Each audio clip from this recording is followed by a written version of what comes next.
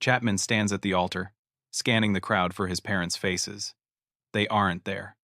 His bride Jessica squeezes his hand as he fights back tears. Two empty seats in the front row tell the whole story. His phone buzzes with a text. "Sorry, son. Tyler's championship game ran late. Send pics."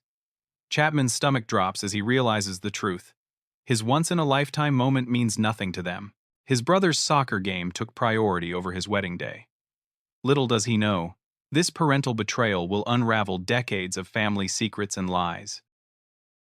I never expected my wedding day would be the trigger that tore my family apart. My name is Chapman Walker, and at 32 years old, I thought I had come to terms with my place in my family's hierarchy. I'm a software engineer at a mid-sized tech company in Portland. I've always been the reliable one, the stable one, the one who didn't need much attention.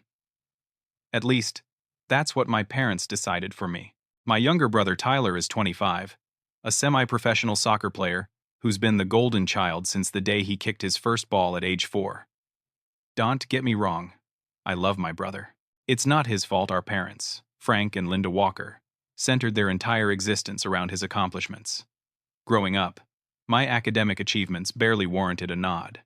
Perfect SAT score? That's nice, Chapman. Did you see Tyler scored 3 goals today? Full scholarship to a prestigious university? Well, come to your graduation if it doesn't conflict with Tyler's tournament. It was always like that. Small cuts that eventually scarred over, but never fully healed. Then I met Jessica Martin at my friend Dave's 30th birthday party. Jessica cried happy tears as she said yes, and I remember thinking this was finally something special that was just about me, about us. Wedding planning took over our lives. Jessica's parents, George and Martha Martin, were wonderfully supportive, helping with everything from venue selection to catering choices. They treated me like a son from day one, asking my opinions and respecting my input, something I wasn't accustomed to in my own family. 6 months before the wedding, I drove to my parents' suburban home, specifically to hand-deliver their invitation. It was a Sunday afternoon, and they were watching a replay of Tyler's latest game on their giant living room TV. "Mom, Dad, I need to talk to you about something important," I said, standing in front of the screen. Dad paused the TV with visible reluctance. "What's up, son?" "Jessica and I have set our wedding date." They exchanged glances, having one of those silent communications that parents perfect over decades of marriage. "Well, be there," Dad finally promised. Well, figure something out with Tyler's game. I left feeling unsettled but hopeful. They had promised, after all. The week before my wedding, Mom called to confirm the details. I should have known something was wrong from her overly casual tone. "So, the ceremony starts at 2, right?"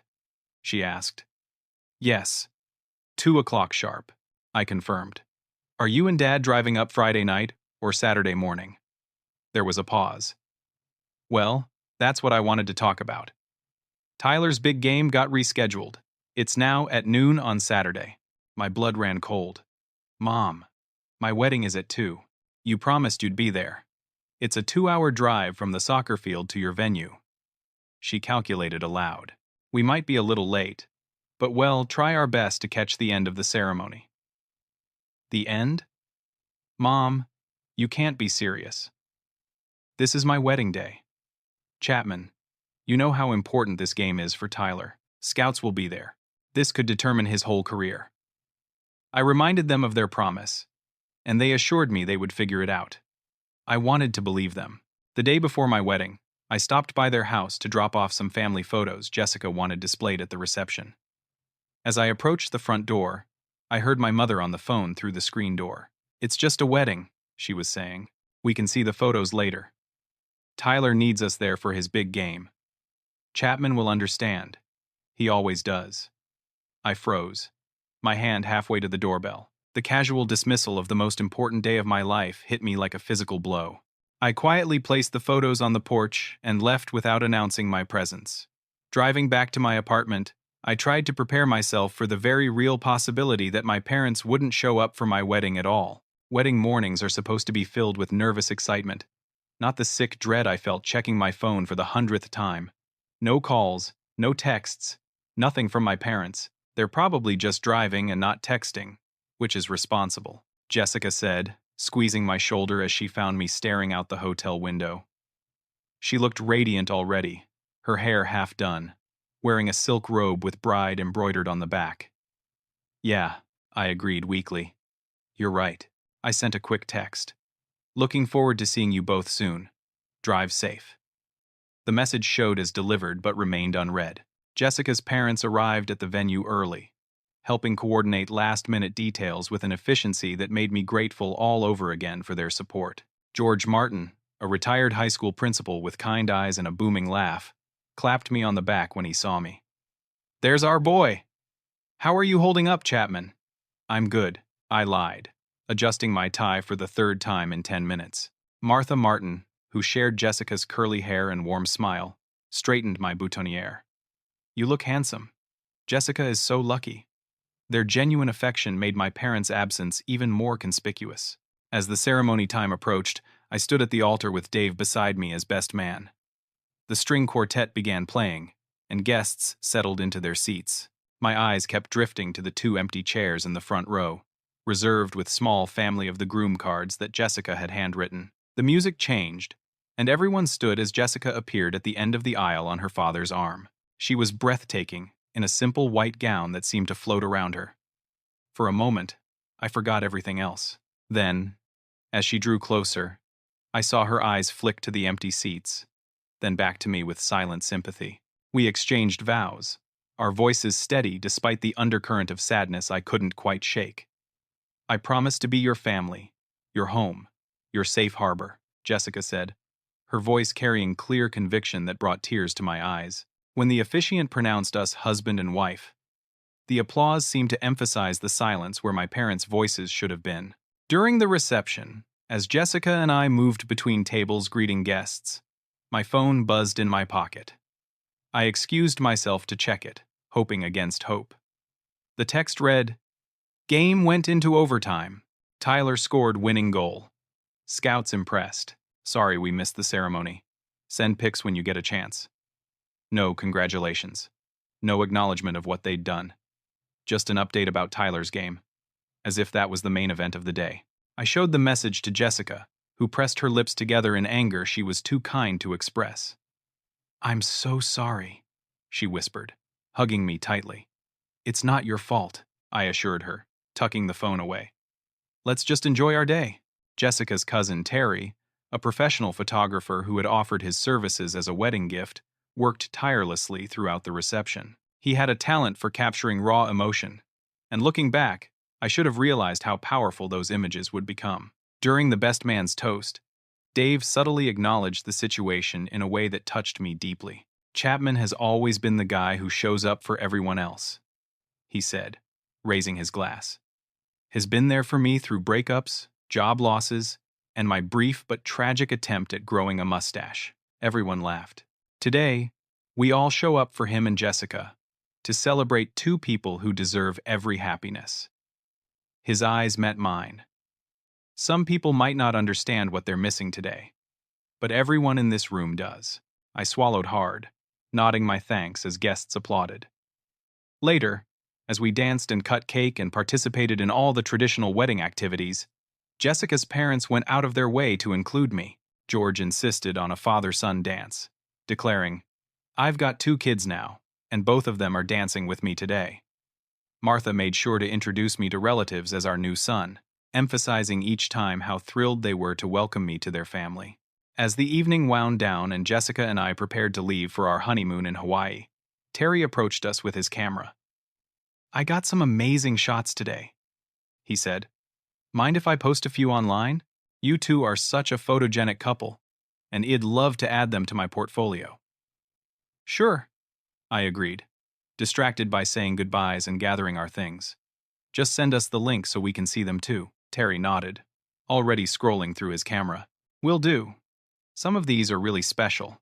Little did I know that those photos would change everything." 3 days into our honeymoon, my phone started buzzing incessantly during breakfast on our oceanfront lanai. At first, I ignored it, focused on the plate of tropical fruits and Jessica's animated description of the sea turtle tour she wanted to take that afternoon. "Your phone is having a seizure," Jessica finally said, nodding toward where it vibrated across the table. I picked it up to silence it and was startled by the flood of notifications. Text messages from Dave, from college friends, from distant relatives, Facebook alerts, Instagram tags, email notifications. What in the world? I muttered, opening my messages. Dave's text came through first. Dude, your wedding pics are everywhere. Call me. Jessica leaned over my shoulder as I opened the link Head sent. It led to a viral post on a popular wedding photography site. The headline read, "The powerful moment a groom realizes his parents chose not to attend."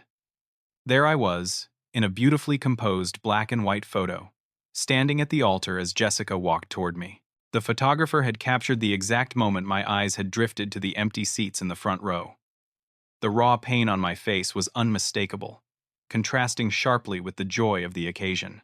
A second photo showed Jessica's father embracing me at the reception, while a third captured Jessica wiping away a tear from my cheek as we danced. The post didn't name us, referring only to a recent Portland wedding, but the story was there in the caption. The groom's parents chose to attend his younger brother's soccer game instead, despite months of advance notice. These images capture the bittersweet reality that sometimes the family we choose shows up when the family we're born into doesn't. The post had tens of thousands of shares. The comments section overflowed with supportive messages and people sharing similar experiences of family disappointment. "Oh my God," Jessica whispered. "Terry posted these. He asked permission." I said numbly, "I just didn't realize. He didn't use our names," she pointed out. "But people who know us would recognize you." Several wedding guests had commented, confirming the story without adding identifying details. I was there. The groom's new in-laws were amazing, stepping up to fill the gap. "Made me rethink what family really means," wrote one friend.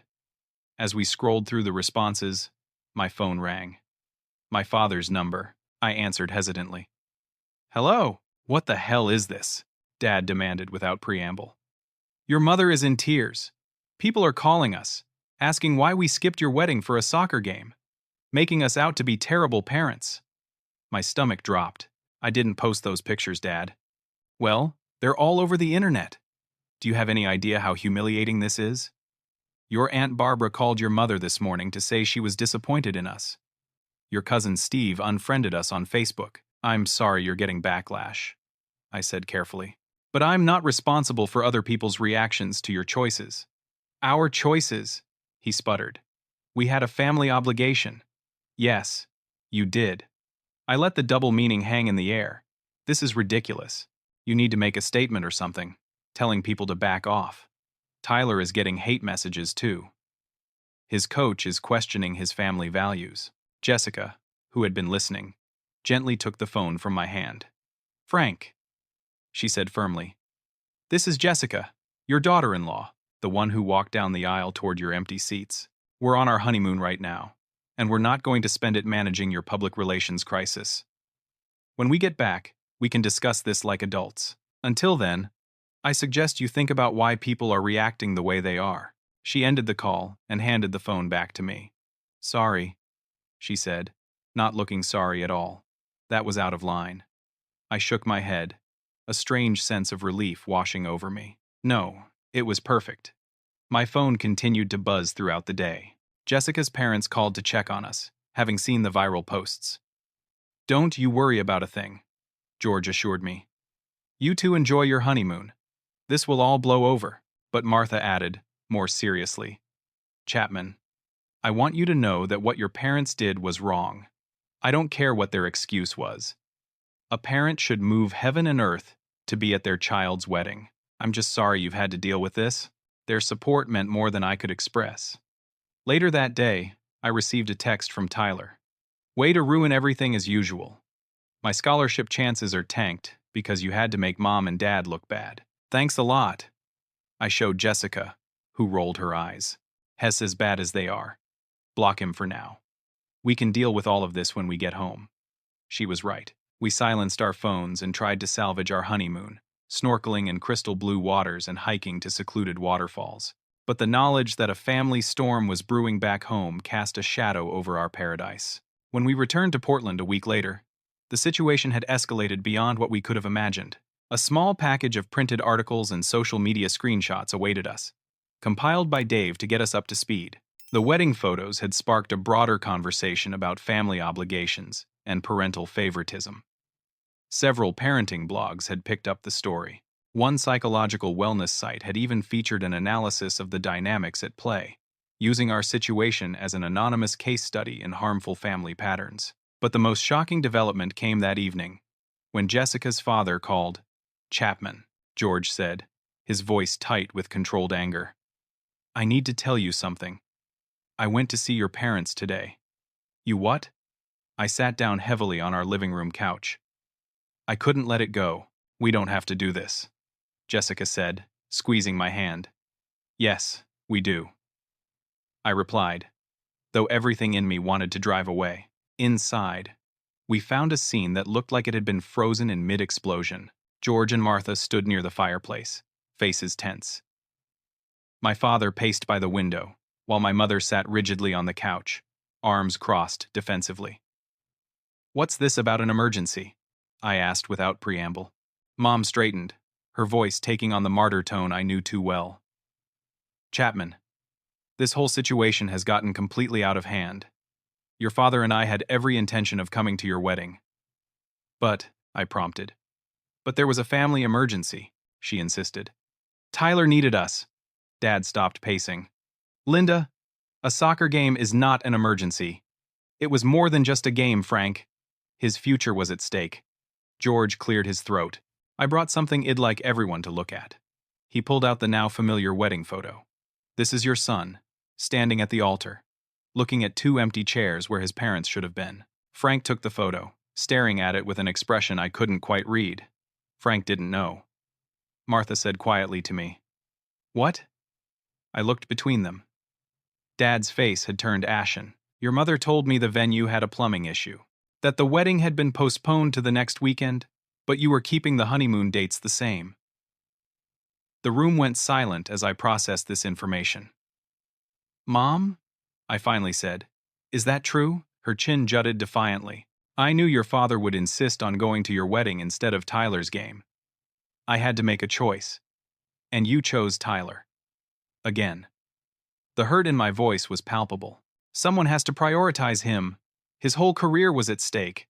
It was my wedding day," I shouted, surprising myself with the volume. "The single most important day of my life? And you lied so you wouldn't have to be there." Frank turned to Linda, his expression hardening. "You deliberately lied to me about our son's wedding." "I did what I had to do for this family," she insisted. "No," Frank said, his voice dropping dangerously low. "You did what you wanted to do. What you've always done. Put Tyler first, no matter who it hurts. That's not fair, isn't it?" Frank's hands trembled as he held the photo. "Look at our son's face, Linda. Really look at it. Chapman understands," she said dismissively. "Has always been the self-sufficient one. He doesn't need us hovering like Tyler does." "Did it ever occur to you," Jessica interjected, her voice tight with controlled anger, "that Chapman is self-sufficient because you gave him no other choice? That he doesn't ask for your support because you've taught him since childhood that he won't receive it?" Linda glared at her. "You don't know anything about our family dynamics. I know that a mother who loves both her children equally would never have done what you did," Jessica replied evenly. "I made a judgment call." Linda's voice rose defensively. Frank shook his head slowly. "No, you made a choice. A choice that reveals exactly how you see our family. A choice I can't ignore or excuse." He placed the photo carefully on the coffee table and looked directly at Linda. "I didn't know it was the actual wedding day. If you deliberately kept that from me, if you made that decision for both of us, they were done." The finality in his tone seemed to penetrate Linda's defensiveness. Her eyes widened with genuine alarm. "Frank, you can't mean that." "After 33 years of marriage. 33 years, he repeated softly. "And I'm just now seeing clearly what's been happening all along." I felt oddly detached, watching my family implode before my eyes. Part of me wanted to smooth things over, fall back into my peacekeeper role, but Jessica's hand in mine anchored me to a new reality where I didn't have to accept scraps of affection and attention. "I think we should go," I said quietly to Jessica. No, Frank said suddenly. Please don't leave yet, Chapman. We need to talk, son. Really talk. For once. The raw emotion in his voice made me hesitate. Before I could respond, the front door banged open and Tyler burst in, still in soccer practice gear. What's going on? He demanded, taking in the tense tableau. I got 3 missed calls from Mom saying it was an emergency. Your brother's in-laws are attacking our family, Linda said immediately. They've turned your father against me. Tyler's gaze darted to George and Martha, then to me and Jessica, and finally settled on our father's grim face. What's she talking about, Dad? Your mother lied to me, Frank said flatly. She told me Chapman's wedding had been postponed so I would go to your game instead. She deliberately kept me from my son's wedding. Tyler looked genuinely shocked. Wait, what? Mom, you said Dad was sick that day. That's why we couldn't split up, and one of you go to the wedding. Another lie exposed. Linda's face flushed red.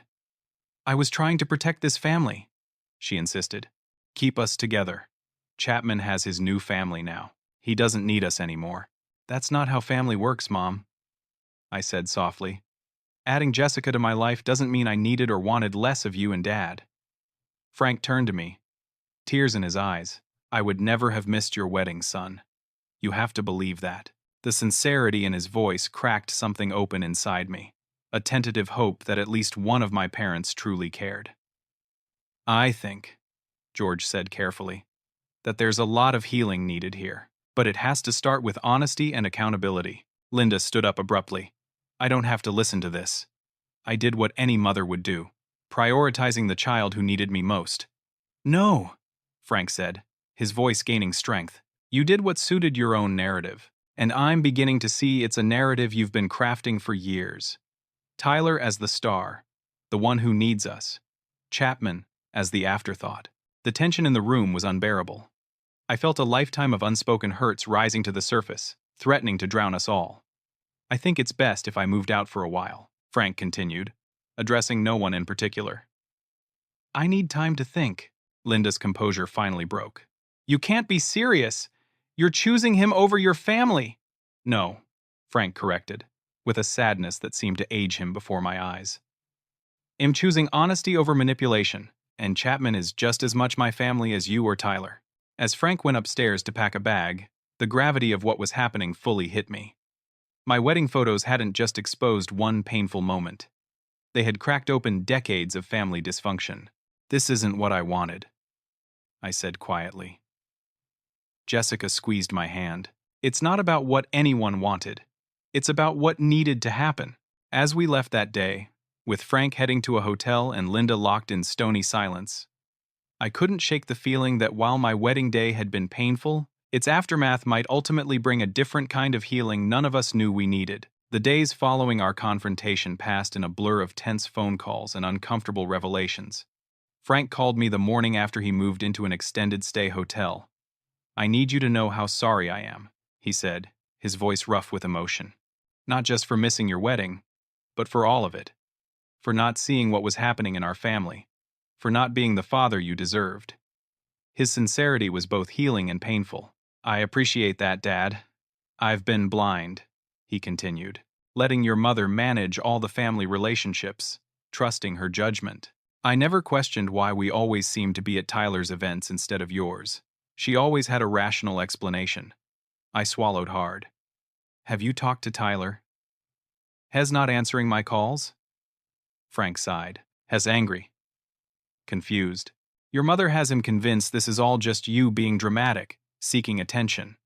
The accusation stung, partly because it echoed a lifetime of similar dismissals. I was always too sensitive, always making a big deal out of nothing whenever I expressed hurt or disappointment. And what do you think? I asked cautiously. There was a pause. I think I've let you down in ways I'm only beginning to understand, and I'd like a chance to do better, if you'll let me. That simple acknowledgement meant more than I could express. Meanwhile, the extended family had chosen sides with alarming speed. My mother's sisters rallied around her, sending me accusatory messages about airing family laundry and disrespecting your mother. My father's brother called to offer him a place to stay and told me he was proud of me for standing up for myself. Cousins I hadn't spoken to in years weighed in on social media, some supportive, others critical. Family group chats splintered into faction-specific conversations. The annual Thanksgiving gathering was officially canceled, with competing invitations issued for smaller celebrations. Tyler remained firmly in our mother's camp, sending me increasingly hostile texts. "Mom's a wreck because of you. Hope you're happy now that you've destroyed our family. Dad's throwing away 30 years of marriage over one stupid day. Way to go. Always knew you were jealous of me, but didn't think you'd take it this far." I showed these to Jessica, who advised me not to engage. "Hess repeating what your mother is telling him," she said wisely. "He needs time to see the bigger picture." But the situation escalated when Tyler showed up at our apartment one evening, clearly agitated and possibly drunk. "You need to fix this," he demanded when I opened the door. "Tyler, it's 9 o'clock at night. This isn't the time. When is the time then? After Dad files for divorce? After Mom has a nervous breakdown?" He pushed past me into the apartment. Jessica emerged from the bedroom, alarmed by the commotion. "Everything okay?" "No, everything is not okay," Tyler snapped. "My brother decided to blow up our entire family over one missed event." "It wasn't just an event, Tyler. It was my wedding." I tried to keep my voice calm. "And I didn't blow up anything. The truth came out. That's all. The truth," he laughed bitterly. "The truth is, you've always been jealous that Mom and Dad supported my soccer career. You couldn't stand that I had something special, something I was good at. That's not true. I've always been proud of you." "Bullshit. You resented every game they came to, every tournament they drove me to." "I resented being left behind." I corrected him. "I resented that my achievements never seemed to matter as much. But I never resented you." Tyler paced our small living room, agitation visible in every movement. "You know what Mom told me? She said the reason she's always been harder on you is because you ruined her life." The words hit me like a physical blow. "What are you talking about? She got pregnant with you in college. Had to drop out, marry Dad in a rush. She had dreams, Chapman, plans. You trapped her." Jessica gasped. "That's a horrible thing to say." Tyler turned on her. "It's the truth. She gave up everything for him. And how does he repay her? By turning the whole family against her the first chance he gets." Something in me snapped. I stepped forward, getting in Tyler's face for the first time in our lives. "Get out of my home. Now." Instead of backing down, he shoved me. Hard enough that I stumbled back against the coffee table. "Or what? You'll post more pictures online? Tell more sob stories about poor, neglected Chapman." Jessica moved between us. "That's enough. Tyler, you need to leave before this gets worse. It's already worse. Dad's talking about divorce. Relatives won't speak to each other. And it's all because he couldn't handle one day not being about him." Tyler's voice broke slightly, revealing the fear beneath his anger. And suddenly, I understood. Tyler was terrified. His carefully constructed world, where he was the center of our parents' universe, was crumbling. If Mom and Dad split up, who would attend every game? Who would build their schedule around his matches? Who would make him the priority every single time? "Tyler," I said more gently, "this isn't about the wedding anymore. It's about years of Mom manipulating all of us, playing favorites, and Dad finally seeing it. I'm sorry it's painful for you. It's painful for me too. You don't understand," he muttered, some of the fight leaving him. "Soccer is all I have. It's the only thing I'm good at. If Mom and Dad aren't there cheering me on, you'll still be good at soccer." I finished for him. "Your talent doesn't come from them watching you." He shook his head, backing toward the door. "You've always had everything come easy to you. Smart. Successful. Now, happily married. You have no idea what it's like to have just one thing you can't screw up." As he left, slamming the door behind him, I turned to Jessica in bewilderment. "What was that about?" "Tyler's the one who's had everything handed to him." Jessica looked thoughtful. "I wonder if that's how he sees it. Maybe being the favorite came with its own kind of pressure." I sank onto the couch, Tyler's revelation about my birth echoing in my mind. "Do you think it's true? That I was an accident who trapped my mother?" I don't know, Jessica said honestly. But even if you were unplanned, no child is responsible for their parents' choices. And no parent should ever make their child feel like a burden for simply existing. That night, I barely slept, turning over Tyler's words and the implications of what had revealed. If I was born just 7 months after their wedding, as he claimed, that would explain so much about my mother's resentment. Not that it excused anything, but it provided context for a lifetime of subtle rejection. The next morning, I called my father. Dad, I asked without preamble, was I born premature? Or was Mom already pregnant at your wedding? His sharp intake of breath told me everything. Who told you that? Tyler. During a confrontation last night, there was a long pause. Yes, he finally admitted. Your mother was about 2 months pregnant when we got married. But Chapman, that doesn't mean you weren't wanted. I was thrilled when she told me about you. And Mom. I pressed. Another pause. It was harder for her. She had to give up her study abroad program, change her major to something she could finish quickly. But she came around, son. Once you were born, did she? I interrupted. Did she really come around? Or did she spend the next 32 years punishing me for existing? He had no answer for that. The revelation about my birth left me reeling. After years of therapy and self-work to overcome my feelings of inadequacy, I discovered there might be a devastatingly simple explanation for my mother's lifelong emotional distance. She resented my very existence. I discussed it with Jessica during a long walk through our neighborhood park. The autumn leaves crunched beneath our feet, red and gold against the pathways. I need to know for sure, I told her. I can't move forward with all these questions hanging over me. What are you thinking of doing? I want to talk to both of them, separately. Get the whole story, not just pieces. She squeezed my hand. Whatever you decide, I'm with you. I met my father first, at a quiet coffee shop halfway between his hotel and my apartment. He looked older somehow, the events of the past weeks etched into new lines on his face. Thanks for meeting me, I said as we settled at a corner table. Of course, he stirred his coffee absently. Chapman, about what we discussed on the phone, I need the whole story, Dad, from the beginning. He nodded slowly. Your mother and I met junior year of college. She was pre-law, brilliant, ambitious. I was studying engineering, more steady than spectacular. We dated for about a year when she found out she was pregnant. With me, I supplied. Yes. She was devastated at first. Had a summer internship lined up at a prestigious law firm. Plans to study international law in Paris the following semester. His expression softened with memory. I was scared too, but also excited. In a way, it always wanted a family. It just came sooner than expected. So, you got married, her parents insisted. Very traditional. Wouldn't have their daughter be an unwed mother. The wedding was small, rushed. Your grandmother Walker made comments about the timing that upset your mother deeply. I absorbed this, trying to imagine my ambitious young mother watching her carefully planned future dissolve. After you were born, Frank continued, Linda was different, more distant. I thought it was just adjustment, maybe postpartum depression. I took on more of the childcare, hoping she'd bond with you eventually. Did she? I already knew the answer, in her way. He said diplomatically. She was always more comfortable with achievements than emotions. She tracked all your milestones, made sure you had the best schools, the right opportunities. But the warmth, the natural affection, he trailed off. When Tyler was born, was it different? Dad looked pained.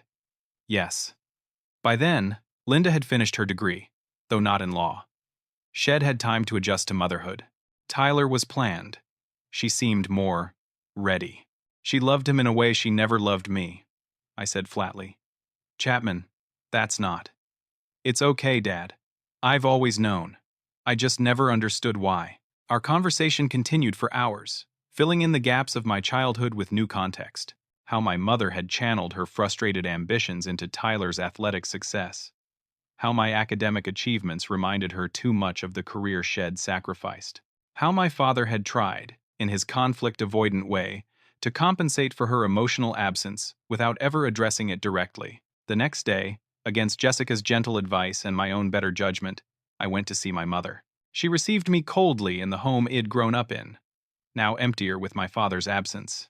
"So you've turned your father against me too," she said by way of greeting. "That's not why I'm here. Mom, I want to talk about when I was born." Her expression shifted, almost imperceptibly. "What about it? I know I was conceived before you and Dad got married. I know you had to give up your plans because of me." She looked away. "Who told you that? Your father? Tyler. Does it matter? Is it true?"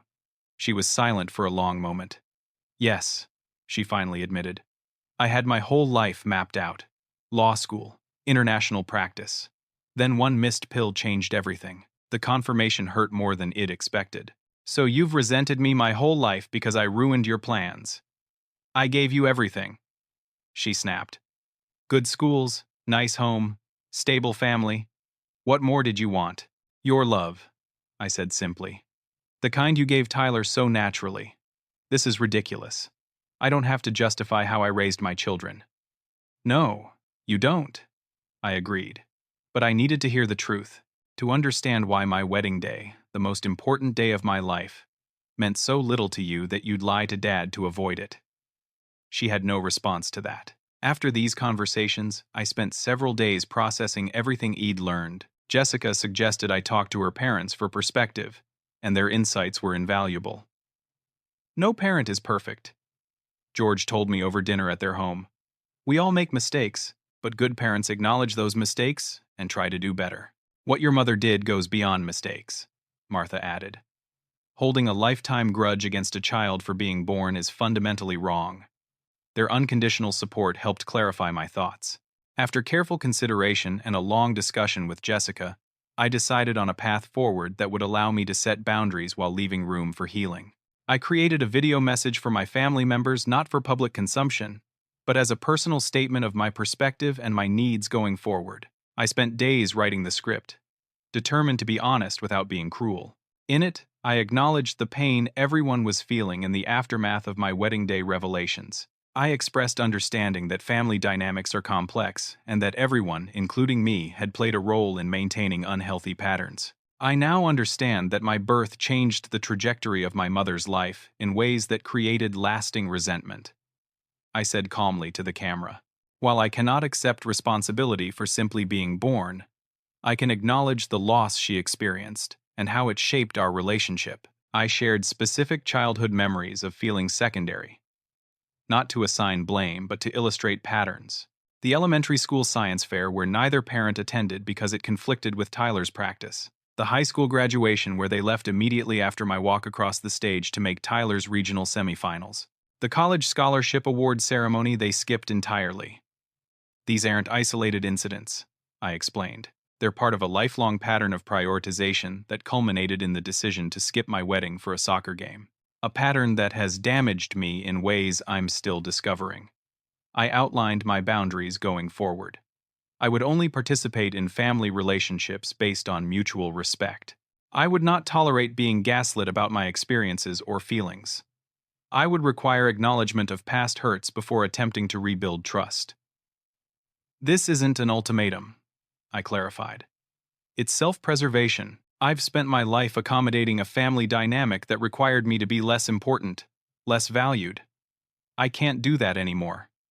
I ended with individual messages. For my father, appreciation for his recent honesty, and hope for a new relationship based on truth. For extended family, a plea to respect my boundaries regardless of their own relationships with my parents. For Tyler, an open door if he ever wanted to talk without anger or accusations. For my mother, I offered neither condemnation nor absolution, but simple clarity. "I understand now why you've struggled to love me as I needed to be loved.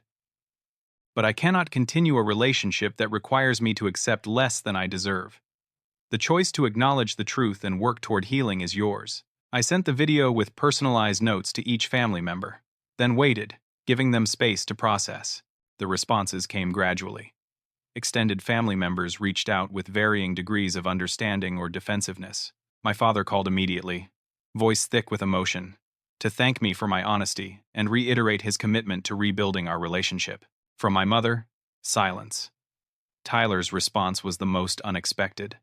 3 days after receiving the video, he texted, "Can we talk?" In person. We met at a neighborhood pub, both of us tense and uncertain. He looked tired. The confidence it always associated with him diminished somehow. "Your video," he began awkwardly. "It made me think about some things." I waited, giving him space to continue. "The way you described growing up, it wasn't how I remember it. In my version, you were the smart one who didn't need help, while I was the one who needed constant support and attention." He stared into his beer. "But watching you talk about those specific moments, I started remembering them differently. Remembering how Mom would always say you were fine on your own, that you preferred it that way. I never did," I said quietly. "I just stopped asking to be included because it hurt less than being rejected." Tyler nodded slowly. "She's been telling me things about you my whole life. That you resented me. That you were jealous of my success. That you were trying to turn Dad against her." "None of that is true, Ty. I know that now." He met my eyes directly. "After I watched your video, I asked Mom some hard questions. About you, about the wedding, about why she lied to Dad. Her answers," he shook his head, "they didn't make sense. And when I pushed, she got angry. Said I was betraying her just like everyone else." "I'm sorry," I said, meaning it. "I know how much you've always wanted her approval. That's just it," he said with sudden insight. "I've spent my whole life chasing her approval, terrified of losing it. You learn to live without it. Maybe you're the stronger one after all." In that moment, something shifted between us. Not forgiveness exactly, there were still too many raw feelings for that, but understanding. A first step toward a different kind of brotherhood. "I don't want to choose between you and Mom," Tyler admitted. "But I can't ignore what I know now either." "You don't have to choose," I assured him. "I just want honesty, and maybe, eventually, a relationship where neither of us is defined by her expectations." As we parted that night with an awkward but genuine hug, I felt a cautious hope that at least one broken family relationship might be salvageable. 6 months after our wedding photos went viral, Jessica and I hosted a small gathering at our new home. We'd recently moved from our apartment to a modest house with a backyard, a step toward the future we were building together. The spring evening was mild enough for dinner on the patio, string lights creating a warm glow as dusk settled around us. Around the table sat the reconfigured version of my family. My father, looking years younger despite the difficult months behind him, had brought his famous homemade bread. Tyler, more subdued than his former self but also more genuine, had arrived early to help set up. Jessica's parents, George and Martha, moved through the space with familiar ease, having become a stable, loving presence in my life. Noticeably absent was my mother. The divorce proceedings were underway, her refusal to acknowledge any wrongdoing having made reconciliation impossible. She maintained limited contact with Tyler but had not responded to my most recent attempts at communication. Her choice, and one I had come to accept with a sadness that no longer consumed me. As we settled around the table, Jessica squeezed my hand beneath it. A silent signal. We'd been waiting for the right moment to share our news. "Before we eat," I said, feeling a rush of nervous excitement, "Jessica and I have something to tell you all." The table quieted. Expectant faces turned toward us. "We're having a baby," Jessica announced, her smile radiant. "Due in November." The reaction was immediate and joyful. George let out a whoop that probably startled the neighbors. Martha wiped away happy tears. My father stood to embrace us both, too emotional for words. Tyler's response surprised me most. He came around the table and hugged me tightly. "You're going to be an amazing dad, Chapman," he said quietly. "That kid is lucky." Later, as Jessica and Martha discussed nursery ideas, and George regaled Tyler with exaggerated tales of new parenthood, my father pulled me aside. "I want you to know something," he said, his voice serious despite the festive atmosphere. "I've made a lot of mistakes, son. Allowed situations I should have challenged. But I promise you, I will be there for every important moment in your child's life. School plays, graduations, weddings, whatever comes. I won't miss any of it." "I know you won't, Dad," I assured him, believing it for the first time. "And I want to be there for you too, if you'll let me." I know becoming a parent brings up a lot, especially given, he trailed off, not needing to specify further. I'd like that, I said sincerely. I'm going to need all the advice I can get. As we rejoined the others, I felt a profound sense of gratitude for this reconstructed family. The past 6 months had been challenging in ways I never could have anticipated. My father had filed for divorce, moved into his own apartment, and started therapy to process decades of enabling behavior. Tyler had gradually reduced contact with our mother as her manipulation became clearer to him, though he still struggled with guilt over his divided loyalties. Extended family relationships remained complicated.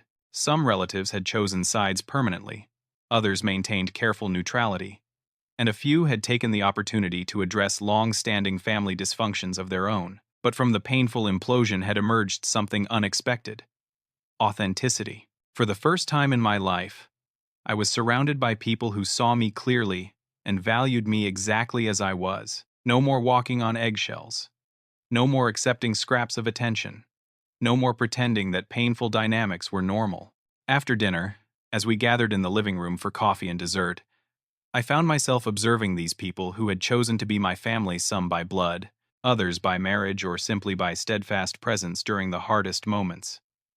I've been thinking, I said when there was a natural lull in conversation, about what I want to teach my child about family. Everyone turned attentive, eyes my way. I used to think family meant unconditional loyalty, even when that loyalty hurt. That being a good son meant accepting whatever place I was assigned in the family hierarchy.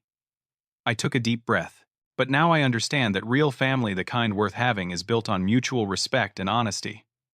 It's showing up for each other's important moments. It's making room for growth and change. George raised his coffee cup. To real family, he said simply. As everyone echoed the toast, I caught Tyler's eye across the room. He gave me a small, understanding nod that contained volumes of unspoken healing. Later that night, after everyone had gone and Jessica had fallen asleep, I sat alone on our back porch with the sonogram photo of our baby. In the grainy black and white image, I could just make out the curve of a tiny spine, the suggestion of a profile. I promise you'll always know how wanted you are, I whispered to the image. I promise you'll never question your place or your worth. I promise to celebrate who you are, not who I need you to be. In that quiet moment, I realized the profound gift hidden within all the pain of the past year. Without the wedding day betrayal, without the family implosion that followed, I might never have confronted the dysfunctional patterns that had shaped my life. I might have continued the cycle, carrying those unhealed wounds into my own parenting. Instead, I had the chance to build something different, to be the parent I had needed, to create the family I had longed for, to love without condition or comparison. It wasn't the path I would have chosen. The hurt of my parents' absence on my wedding day would always remain a scar. But in forcing the long-buried truths to the surface, that painful moment had ultimately set me free. As I carefully tucked the sonogram photo away, I felt a deep sense of peace settle over me. The family I was born into had fractured, but the family I was building would be stronger for the lessons learned through that breaking. In the end, perhaps that was the greatest gift my parents had given me: the chance to do better, to love better, to be better. And for that, despite everything, I was grateful. Have you ever had to rebuild family relationships after a painful betrayal?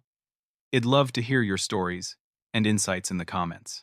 If this story resonated with you, please like and subscribe to support more authentic storytelling, and share with someone who might need to hear that family is about more than blood. It's about who shows up when it matters most. Thank you for listening to my journey, and I wish you the courage to create the family connections you truly deserve, whether they're with the family you were born into or the family you choose.